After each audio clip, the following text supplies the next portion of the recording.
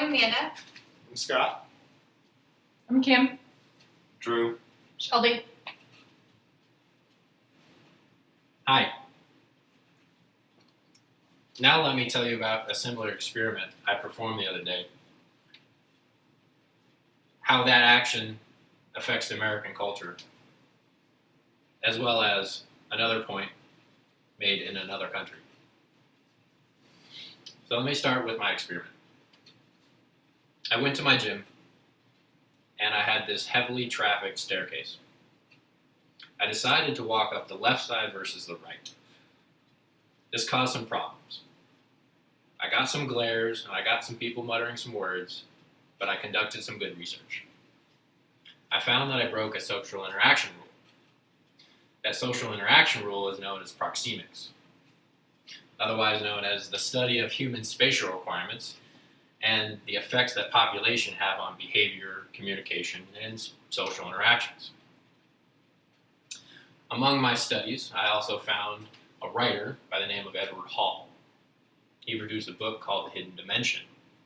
In chapter 5 of his book, he laid out 4 specific areas that the American culture has defined as spatial requirements. As you can see by my spatial requirements, public being the first one, where you feel comfortable with strangers. Just enough room for you to get around, do everything you need to do. The second one being social.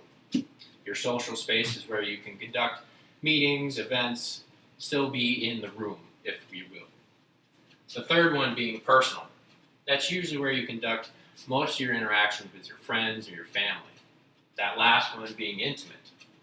That's where I got into Shelby's intimate space to see how she would react.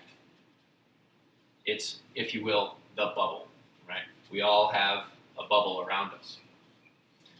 In some alternative research, I found some alternative countries have different sets of rules. In a study by the American Anthropology Journal, 2 writers by the name of Watson and Graves wrote an article called Quantitative Research in Proxemic Behavior. They studied some Arabic people.